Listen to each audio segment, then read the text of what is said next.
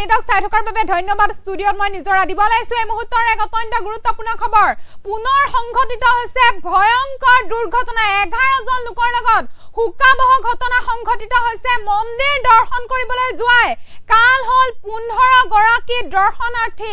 দৰ্শনাৰ্থী গৈছিল মন্দিৰ দৰ্শন কৰিবলৈ এখন বলেৰো বাহনত আৰু বলেৰো বাহনে নিয়ন্ত্ৰণ হেৰুৱাই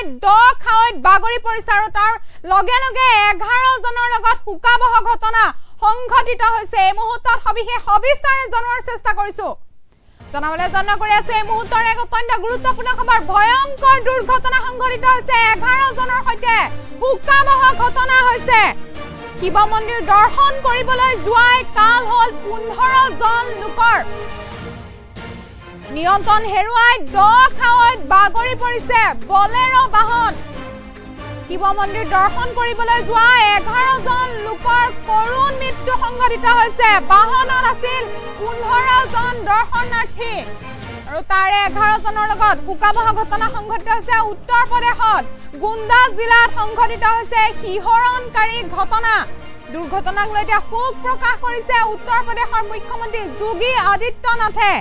পুনৰ সংঘটিত হৈছে এক ভয়ংকৰ দুৰ্ঘটনা ভয়ংকৰ পথ দুৰ্ঘটনা সংঘটিত হৈছে 11 জনৰ সৈতে হুকাবহ ঘটনা সংঘটিত হৈছে শিৱ মন্দিৰ দৰ্শন কৰিবলৈ যোৱাই কাল হল 15 জন লোকৰ ভয়ংকৰ দুৰ্ঘটনাত 11 জন লোক থিতাতে নিহত হৈছে শিৱ মন্দিৰ দৰ্শন কৰিবলৈ গৈছিল 15 জনকৈ দৰ্শনাৰ্থী আৰু তাৰ পাছতে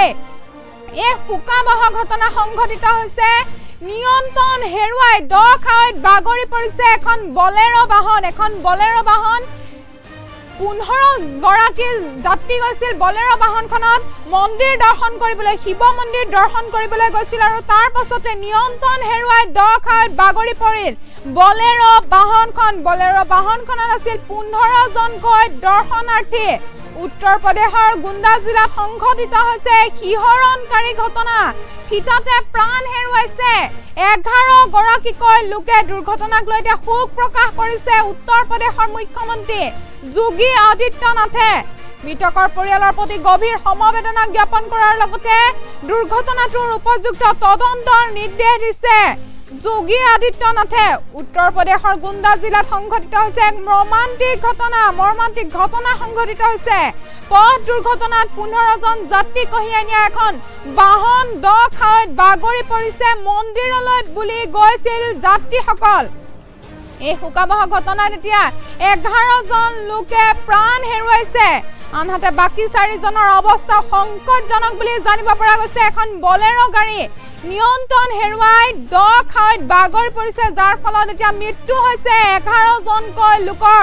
উত্তৰ প্ৰদেশৰ মুখ্যমন্ত্ৰী যোগী আদিত্যনাথে মৃতদেহৰ যি পৰিয়াললৈ গভীৰ শোক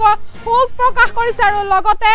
দুৰ্ঘটনাটো তদন্ত কৰাৰ নিৰ্দেশ দিছে তেওঁ প্ৰশাসনিক বিষয়াসকলক তাৎক্ষণিক উদ্ধাৰ অভিযানৰ বাবে দুৰ্ঘটনাস্থলীত উপস্থিত হোৱাৰ লগতে প্ৰয়োজনীয় সেৱা আগবঢ়াবলৈ নিৰ্দেশ দিছে আৰু লগতে আহতসকলক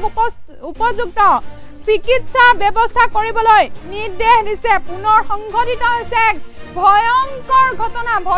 দুৰ্ঘটনা সংঘটিত হৈছে 11 জনৰ সৈতে হুকাবহ ঘটনা সংঘটিত হৈছে 11 জন লোকে থিতাতে প্ৰাণ হেৰুৱাইছে মন্দিৰ দৰ্শন কৰিবলৈ যোৱাই কাল হল 15 জনকৈ লোকৰ 15 জন লোকে মন্দিৰ দৰ্শন কৰিবলৈ গৈছিল আৰু এই মন্দিৰ দৰ্শন কৰিবলৈ যাওঁতে এখন বলেৰো বাহনত গৈছিল বলেৰো বাহনখনে নিয়ন্ত্ৰণ হেৰুৱাই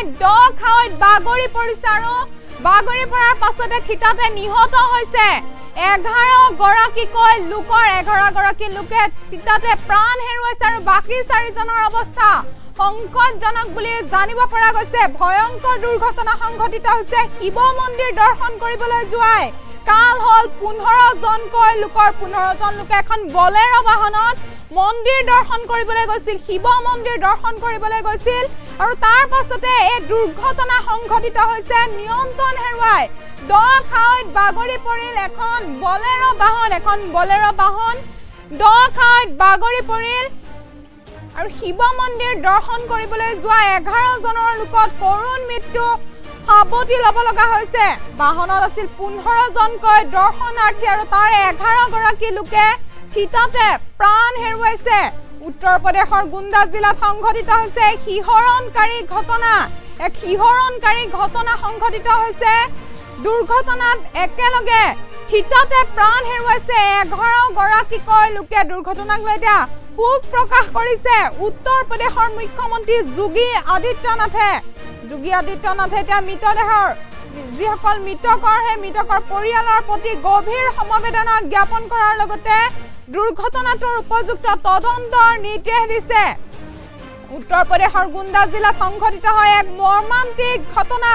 পথ দুৰ্ঘটনা সংঘটিত হৈছে। 15 জন যাত্ৰী কঢ়িয়াই অনা এখন বাহন এটা দ খাৱৈত পানীত পৰি যায় আৰু তাৰ ফলতে 11 জন লোকে এতিয়া মৃত্যুক সাব দিবলগীয়া হৈছে। মন্দিৰলৈ বুলি গৈছিল যাত্ৰীসকল। বলেৰখনত মন্দিৰ দৰ্শন কৰিবলৈ গৈছিল যাত্ৰীসকলে। শোকাবহ ঘটনাত 11 জন লোকে প্ৰাণ হেৰুৱাইছে। 4 জনৰ অৱস্থা সংকটজনক বুলি জানিব পৰা গৈছে। আৰু গাড়ীখনত যিখন বলেৰ গাড়ী সেইখনে নিয়ন্ত্ৰণ হেৰুৱাই দ খাৱৈত